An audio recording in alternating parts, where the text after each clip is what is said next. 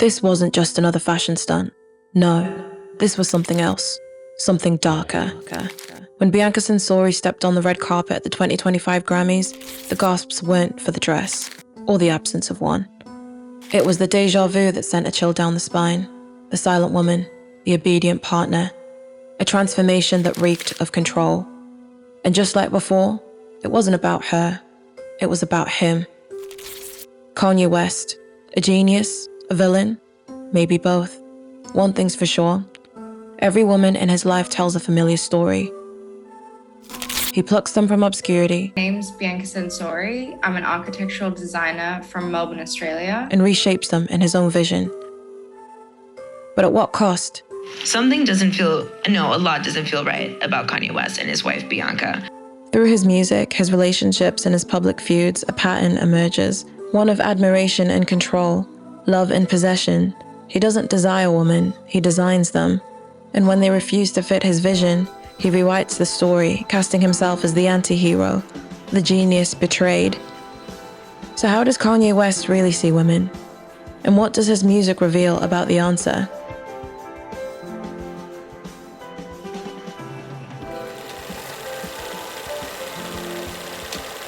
If you grew up on Kanye's music, if you were ever moved by his vulnerability, his ambition, his sheer creative genius, then watching his relationships unravel over the years has been complicated. On one hand, he's given us some of the most emotionally raw music about love and heartbreak. On the other, the way he treats women, the way he idolizes them, controls them, and then discards them, feels impossible to ignore. The signs were always there. The question is, why did it take us so long to see them? To understand where we are now, we have to go back to the beginning. 2003, College Dropout. Kanye's early music carried a contradiction. On one track, he sympathized with the woman trapped by beauty standards and all falls down. On another, he pushed the tired gold digger stereotype. He understood women's struggles, but he also saw them as players in his world. But the most important woman in his life then wasn't a girlfriend. It was his mother, Donda West. Hey, mama, I want to scream so loud for you. She was his biggest supporter and his moral compass, a grounding force that shaped his more respectful and empathetic view of women.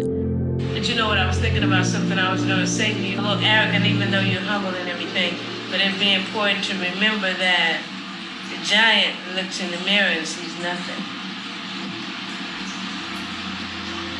And when she passed in 2007, everything changed. You can hear it in his music, you can see it in his relationships. Her loss altered his whole world. It shifted how he saw love. After Donda's passing, Kanye's world got bigger. More fame, more fashion, more art.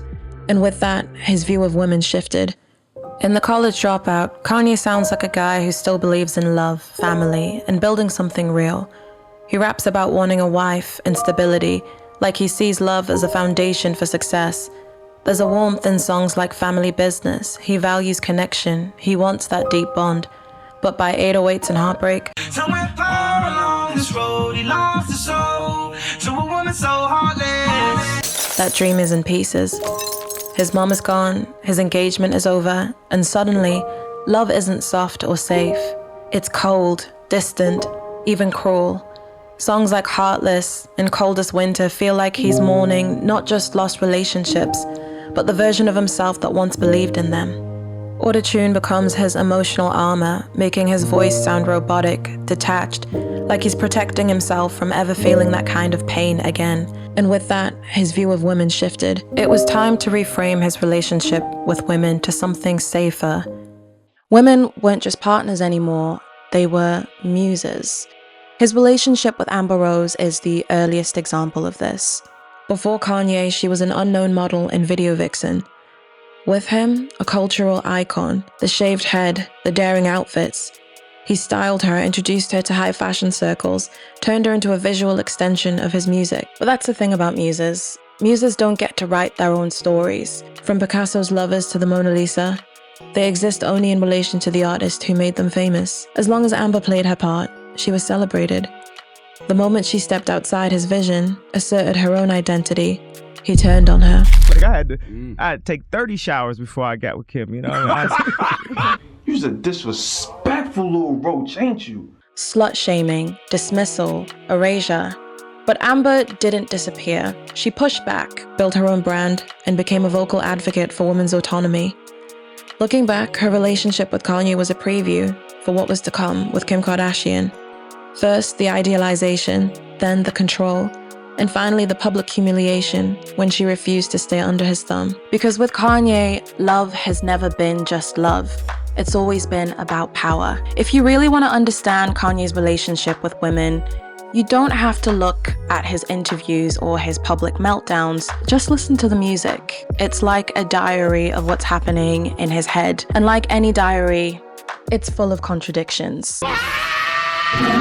Kanye's Monster video is one of the most extreme visual representations of his complex, often violent depictions of women. From the start, the song is about power.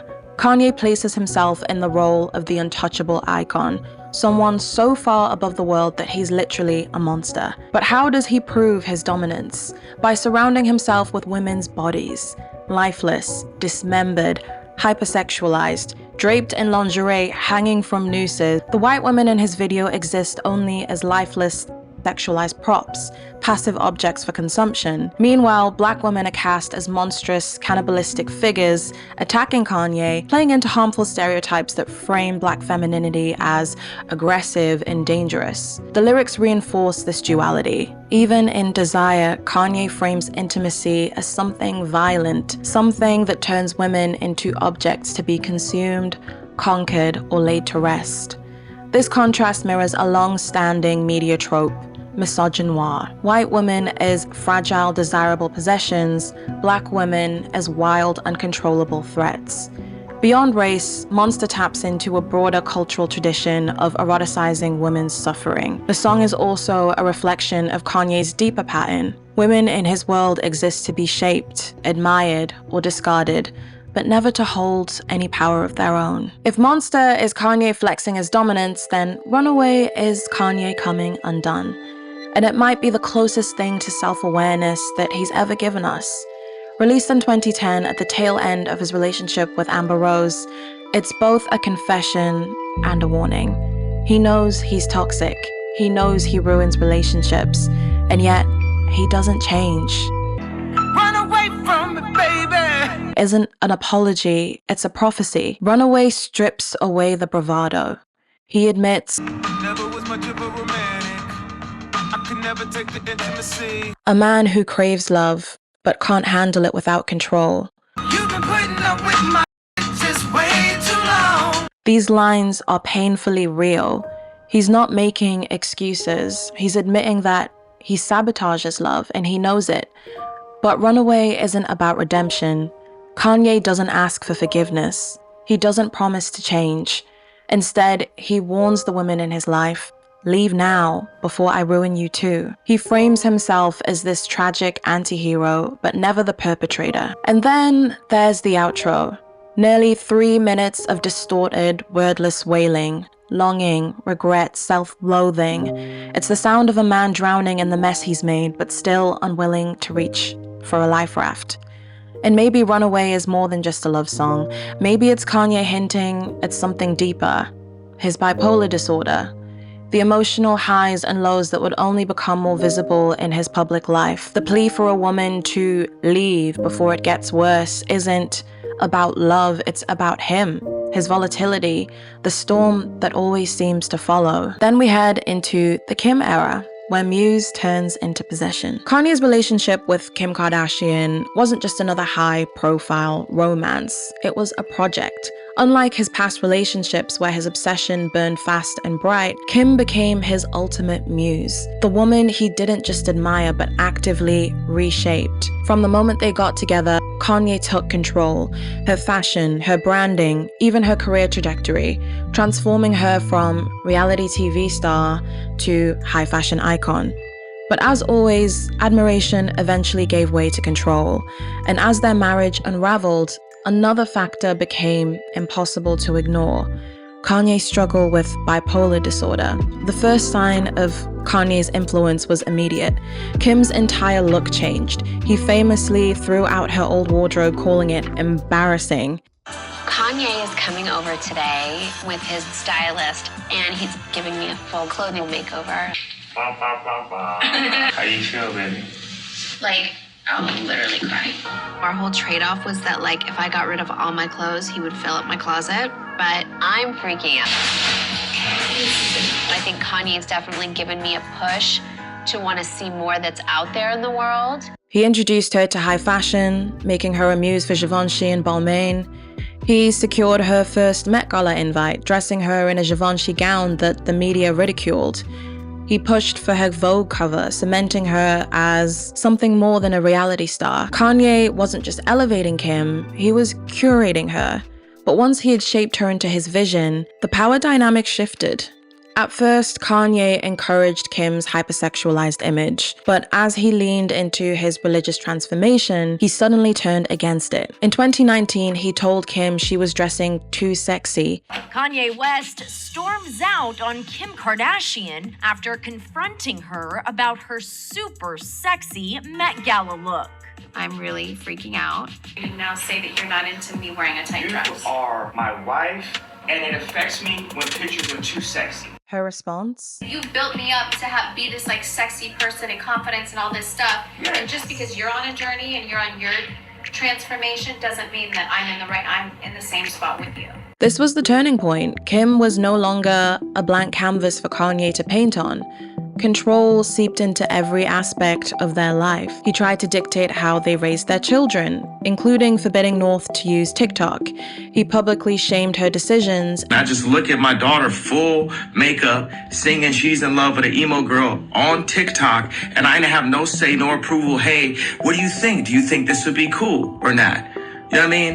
And I'm the one that made them cool. Airing grievances on social media. When Kim moved on, he harassed Pete Davidson, releasing a music video where he buried Pete alive. In 2018, Kanye publicly revealed his bipolar disorder, calling it a superpower, but also refusing treatment. This added another layer to his increasingly erratic behavior. His manic episodes became more public, Twitter rants, impulsive business decisions, and extreme religious shifts. And Kim, for years, tried to support him. In 2020, when Kanye launched a chaotic and deeply personal presidential campaign, My mom saved my life.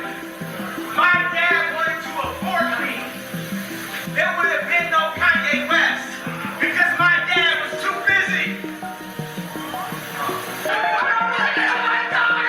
she released a rare public statement, writing, "Those who are close with Kanye know his heart and understand that his words sometimes do not align with his intentions. But as his outbursts became more extreme, it became clear that love alone couldn't stabilize him. And for Kim, staying meant losing herself." Baby, I need you to run right back, baby. More specifically, Kimberly. Kanye's evolving view of Kim played out in his lyrics. Bound to 2013, a love letter idolizing Kim as his perfect partner. Wolves 2016, painting them as misunderstood victims of fame. Famous, reinforcing the belief that he makes women icons. Violent Crimes 2018, a shift now to a father to daughters. He fears the kind of man he once was. Closed on Sunday 2019, urging Kim to conform to his newfound conservative values. Hurricane 2021, released post-breakup. Kanye acknowledges infidelity and emotional distance in their marriage. Each song tracks his transformation, from seeing Kim as a fantasy to demanding that she shift to his new ideal. When Kim finally left in 2021, Kanye spiraled. This was the final stage of Kanye's pattern. Just like Amber Rose before her, Kim went from muse to enemy the moment she stepped outside of his control. Kanye's arc with Kim mirrors every relationship before it, but this time, his struggles with mental illness amplified everything. His refusal to seek consistent treatment, his public breakdowns, and his belief in his own infallibility made the downfall even more extreme. Kim, like Amber Rose before her, eventually escaped. She had to walk through the fire so that she could be free. But not without suffering through years of public humiliation, control, and emotional exhaustion. And as Kanye's grip on the women in his life continues to slip, his worldview only grows more rigid. I love this guy right here. More patriarchal, and more extreme. If Runaway was Kanye at his most self-aware, then Famous was Kanye at his most entitled. And the Famous video only reinforced this idea. In it, Kanye positions himself in a bed alongside Kim, Taylor Swift, Rihanna, other public figures, stripped down, exposed, and lifeless. Whether real or wax figures, the image is the same. Kanye surrounded by the bodies of the people he has shaped, claimed, or fought. The imagery is unsettling, but it also raises deeper questions, especially now in the ongoing Diddy case. Reports have surfaced about a massive white bed in his garden long enough to fit multiple people, allegedly used for his infamous freak-offs. The Famous video, with its eerily similar staging, feels like a nod to the same kind of environment, and Kanye's knowledge of this.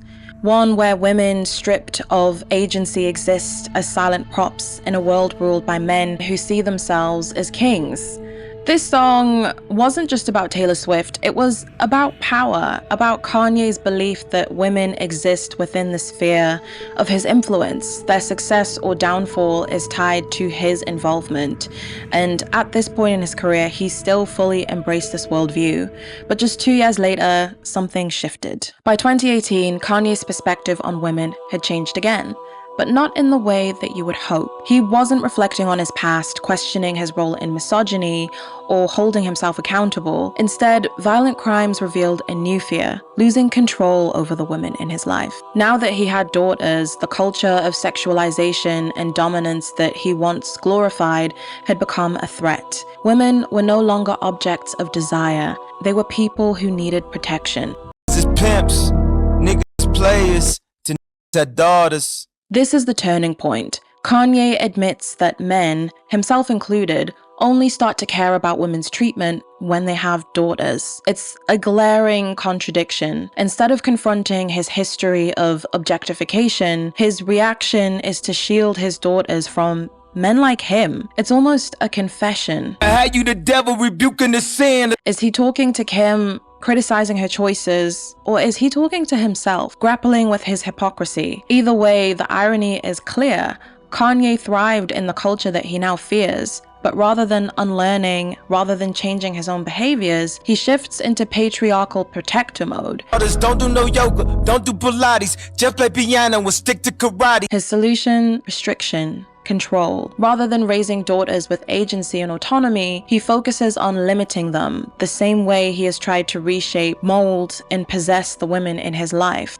Instead of questioning his role in this culture, he turned to the oldest, most familiar form of control: the Madonna whore complex. When Kim was his muse, her sexuality was celebrated. When his daughters grow up, their sexuality is feared.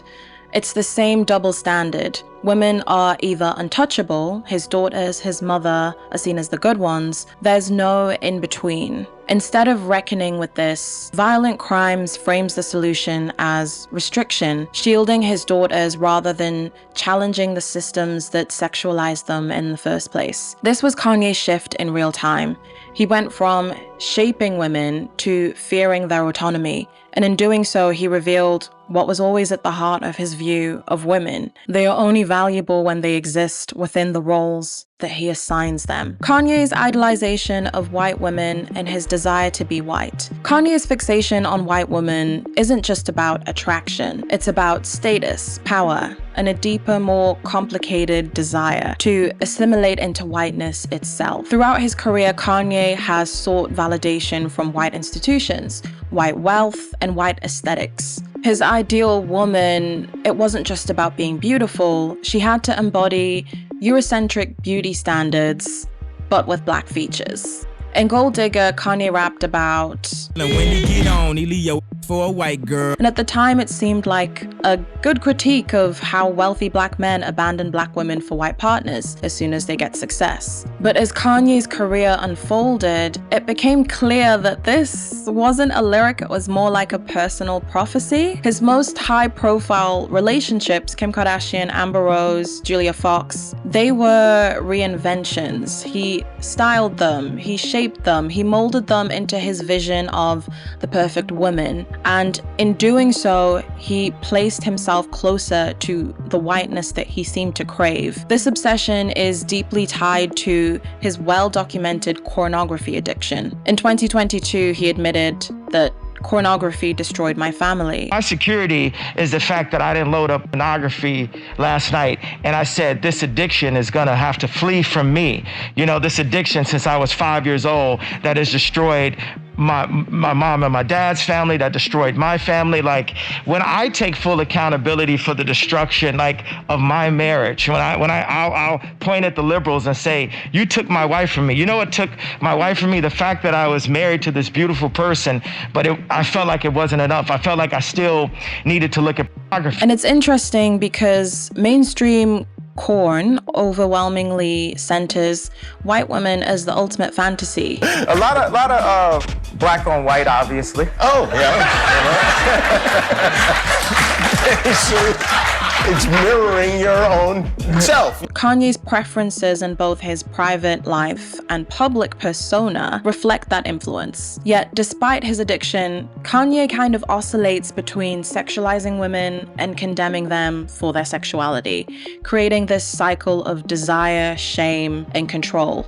His idealization of white women also exposes his fraught relationship with black women. While he has praised artists like Nicki Minaj and Rihanna, he's also degraded black women who refuse to conform to his vision or disagree with him. His infamous comment about needing 30 showers after dating Amber Rose, how he went after a fashion blogger for criticizing his White Lives Matter BS. This all reflects an internalized bias. Black femininity in his eyes is something to be cleansed from, liberated from, while white femininity remains as his standard of purity and success. Even after his divorce, Kanye fixates on Kim Kardashian, not just as a woman, but as a symbol. She remains his greatest creation, his magnum opus, the woman that he made. And as his world spirals, his control over his latest muse, Bianca feels more performative than ever, an increasingly desperate attempt to hold on to the fantasy of power, whiteness, and ownership. At its core, Kanye's obsession with white women has never really been about them. It's always been about him and his need for validation, his proximity to whiteness, and his ever-present struggle with control. Now I wanted to talk about Kanye's allegiance to abusive men. Kanye's view of women isn't just reflected in his relationships, it's in the company that he keeps. Over the years, he has defended, collaborated with, and uplifted powerful men accused of abusing, exploiting, and controlling women. The recent lawsuits against Diddy are pretty disturbing. Women have come forward with allegations of sexual coercion, painting him as a man who used his power to prey on vulnerable women in private while maintaining this godlike aura in public. But long before these accusations surfaced, Kanye was already standing beside him. And this is something that, as Kanye fans should not ignore. When the lawsuits hit, many distanced themselves from Diddy, but Kanye doubled down. He proudly wore free Diddy merch, standing by him despite the overwhelming evidence. And then there's Nikki Heaton's story, one that ties both of these men together. In a resurfaced video, Nikki alleges that she was cornered in the studio by Kanye and Diddy, with both men trying to force themselves on her, even after her making it clear that that's not what she wanted. My back was up against the glass wall. I could not go any further back. That was the only exit. They were already drunk off their shit. They were f***ed up.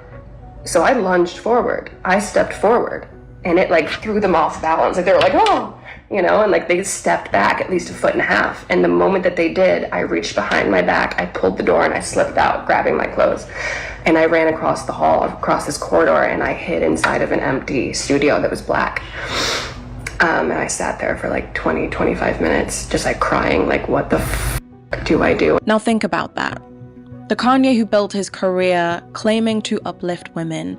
The Kanye who rapped about saving women from the industry. The Kanye who spent years talking about his love for his daughters. And yet, he was right there, a part of the very system that chews women up and spits them out. He wasn't protecting women. He was protecting the men who harmed them. Kanye's allegiance to Diddy isn't an isolated incident either. It's part of a larger pattern of enabling abusers. Chris Brown, despite assaulting Rihanna and facing multiple accusations, Kanye continues to support him, calling him one of the most talented humans alive. And you know, that might be true. Both things can be true at once. Russell Simmons. After over 20 women accused Russell Simmons, Kanye dismissed it, claiming that it was part of a conspiracy to take down powerful black men. Kanye doesn't just surround himself with abusers.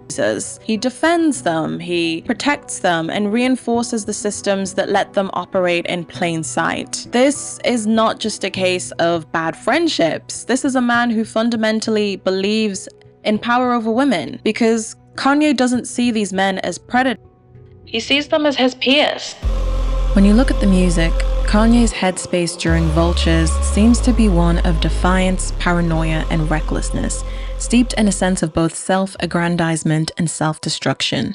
The album's dark, chaotic energy suggests he sees the world as a battleground where he is both the revolutionary and the villain, constantly pushing against societal norms while indulging in excess and controversy. His portrayal of women as objects of desire or submission, coupled with his violent, anarchic imagery of the Capitol riot, points to a mind fixated on power dynamics, whether in relationships, politics, or culture. There's a deep nihilism running through the project, as if Kanye's embracing the collapse rather than resisting it, using spectacle and shock as his primary tools.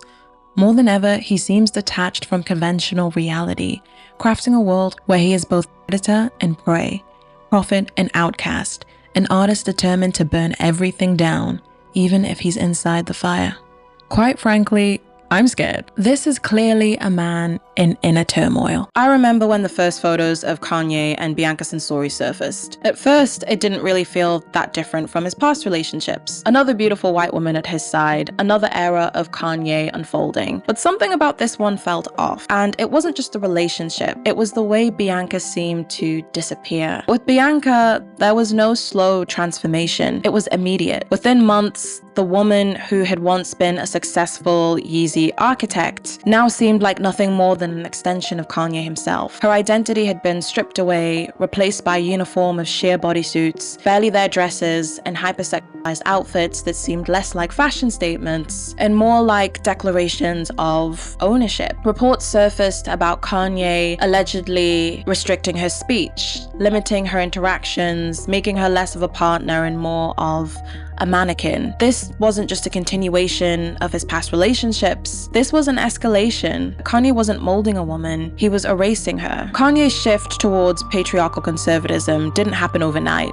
but it followed a pattern that we've seen in powerful men before. The man who once celebrated hypersexualized women, the man who made Kim Kardashian into the ultimate sex symbol, suddenly found himself uncomfortable with the very thing that he had spent years glorifying. Kim was no longer in his spot. She was breaking away, asserting her independence, and Kanye, no longer able to control her, began searching for something more rigid, more obedient. And that's when the ideology kicked in. He started speaking out against female independence, blaming women for societal decline and echoing far-right traditionalist rhetoric. He became obsessed with controlling his family. He aligned himself with conservative Christian ideology, embracing figures like Candace Owens and Trump, pushing a vision of womanhood that prioritized submission over autonomy. Kanye's fears about his daughters growing up weren't about protecting them from the world. They were about keeping them inside the world that he built for them. He turned to religion and conservatism as a way to restrict them. And Bianca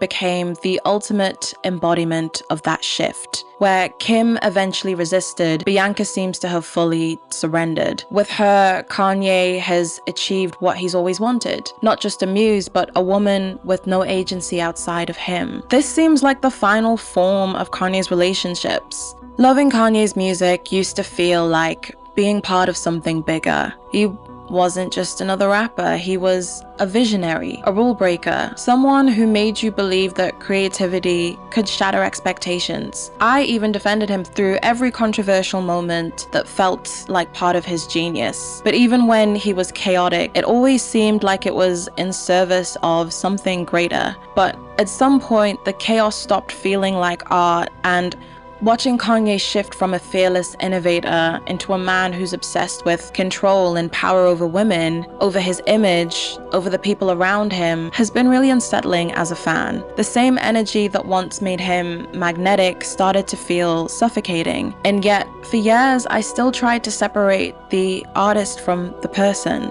And I wasn't alone. Plenty of fans held onto and are still holding on to the idea that he was this misunderstood genius and that his struggles with mental illness explained his worst impulses. Others believed that he was playing this long game, that the version of Kanye that we're seeing wasn't the real Kanye. But as time went on, the excuses stopped making sense, and his fixation on controlling women, his embrace of far-right ideology, his shift from questioning power to becoming the very thing that he once fought against, it all became impossible to ignore. And yet, as many of us distanced ourselves, Kanye found a new audience. His pivot to patriarchal conservatism and his relentless attacks on women have made him a symbol for a different kind of movement, one that sees his downfall not as tragedy, but as victory against woke culture. The hardest part about being a fan turned critic isn't just letting go of the music that shaped me, it's realizing that the person who made it is no longer somebody that I recognize. The question now isn't just whether Kanye can be redeemed, it's whether there's even anything left to redeem.